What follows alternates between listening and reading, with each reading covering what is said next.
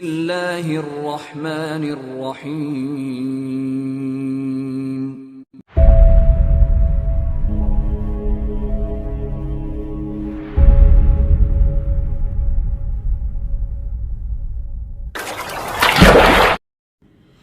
بسم اللہ الرحمن الرحیم۔ السلام علیکم ورحمۃ اللہ وبرکاتہ۔ امید کرتا ہوں کہ آپ سب لوگ بخیر و عافیت ہوں گے۔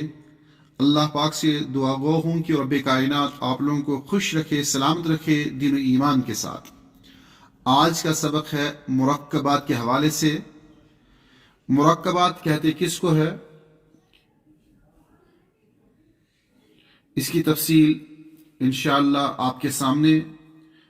امید کرتا ہوں کہ آج کا یہ سبق انشاءاللہ مفید اور بارآور ثابت ہوگا انشاءاللہ۔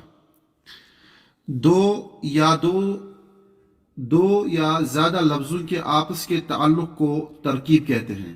دو یا زیادہ لفظوں یعنی کہ دو سے زیادہ لفظوں کے آپس کے تعلق کو ترکیب کہتے ہیں، اور اس مجموعے کو یعنی کہ دو یا دو سے زیادہ لفظوں کی ترکیب جب بن جائے تو ایسے مجموعے کو یا ایسے سینٹنس کو مرکب کہتے ہیں، ایسے کو مرکب۔ اب یہاں پہ جو ہے آج ہماری گفتگو اسی سبق کے حوالے سے ہے، مرکب کے حوالے سے، کہ مرکب کہتے کس کو ہے۔ عربی زبان و ادب میں یہ کافی خاصا دلچسپ موضوع ہے، اور اس کو انشاءاللہ آپ آگے بھی بار بار سنتے رہیں گے، لہذا دھیان سے اس کو آپ سمجھنے کی کوشش کریں۔ مرکب دو قسم کا ہوتا ہے، ایک ہوتا ہے مرکب ناقص اور دوسرا ہوتا ہے مرکب تام۔ مرکب ناقص، یہ اس لفظ سے یہ آپ اندازہ لگائیے کہ ایسا مرکب جو ناقص ہو۔ کس اعتبار سے ناقص ہو؟ معنوی اعتبار سے، مفہوم کے اعتبار سے وہ ناقص ہو، جملے کے اعتبار سے نہیں، الفاظ کے اعتبار سے نہیں۔ الفاظ تو اس میں ہوں گے، برابر الفاظ ہوں گے، لیکن ان الفاظوں کا آپس میں ملنا، ان الفاظوں کا آپس کی ترکیب کے باوجود، ایک مرکب جملہ بننے کے باوجود اگر اس میں سے معنی اور مفہوم واضح نہ ہو تو اس کو ہم ناقص کہیں گے، یعنی کہ مرکب ناقص۔ دوسرا اس کے مقابلے میں ہوتا ہے مرکب تام۔ وہ بھی انہی الفاظ کا ایک سٹرکچر ہوتا ہے، دو یا اس سے زیادہ الفاظ کا، لیکن ان الفاظ کا سٹرکچر بننے کے بعد پھر اگر اس سے کوئی معنی اور مفہوم ظاہر ہو جائے تو اس کو مرکب تام کہتے ہیں۔ مرکب ناقص، جیسے کہ میں نے عرض کیا، یہ وہ ہے جس کے سننے سے نہ کوئی خبر معلوم ہو، نہ کوئی حکم سمجھا جائے۔ کیا؟ ایک یہ کہ اس کے سننے سے خبر معلوم نہ ہو، حکم سمجھا نہ جائے، اور نہ کسی خواہش کا پتہ چلے، بلکہ وہ ایک ادھوری بات ہو، جیسے رجل حسن، کوئی ایک اچھا مرد۔ اب اس سے اگر جب میں کسی کہوں کوئی اچھا مرد، میں بار بار اس لفظ کی تکرار کرتا رہوں، بار بار کہتا رہوں رجل حسن رجل حسن رجل حسن، سننے والا کہے گا کہ بھئی کیا ہے، رجل حسن سے کیا مراد ہے، کیا کہنا چاہ رہے ہیں آپ؟ تو یہ بات پوری نہیں ہوتی ہے اس مرکب سے، یعنی کہ اس مرکب جملے سے جو ہے بات اور اس سے مفہوم واضح نہیں ہو رہا کہ کیا کہنا چاہ رہا ہے۔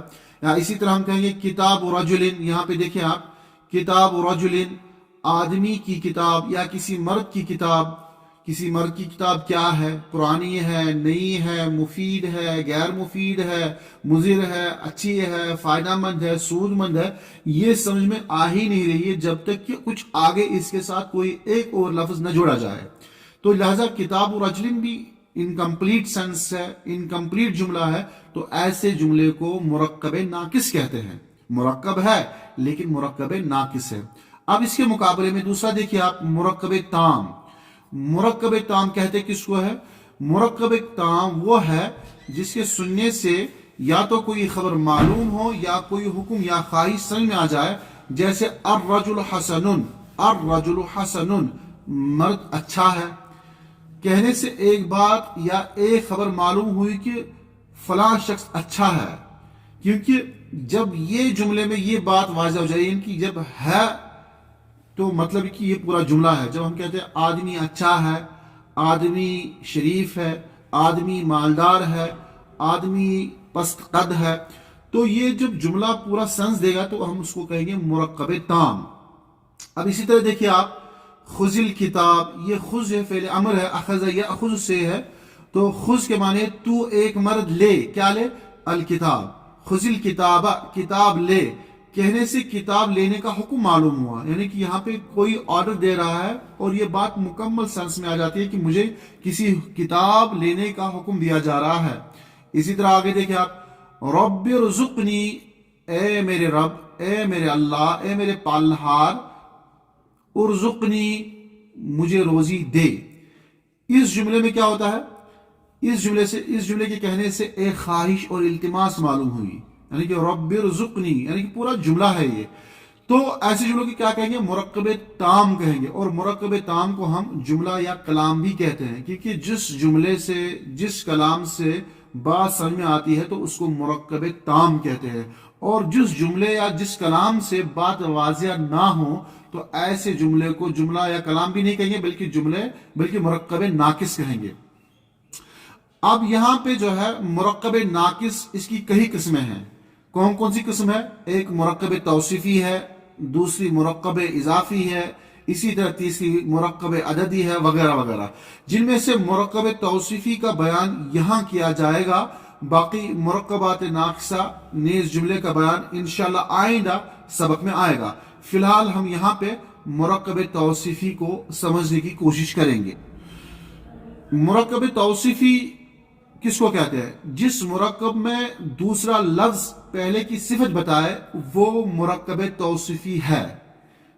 یاد رکھیں اس بات کو، مرکب توصیفی اس مرکب کو کہتے ہیں جس میں دوسرا لفظ، یعنی کہ پہلے لفظ کے بعد جو دوسرا لفظ آئے گا، دوسرا لفظ پہلے کی صفت بتائے، وہ مرکب توصیفی کہلاتا ہے. وہ مرکب توصیفی کہلاتا ہے. جیسے رجل صالح، رجل صالح، کوئی ایک مرد نیک، یا کوئی نیک مرد.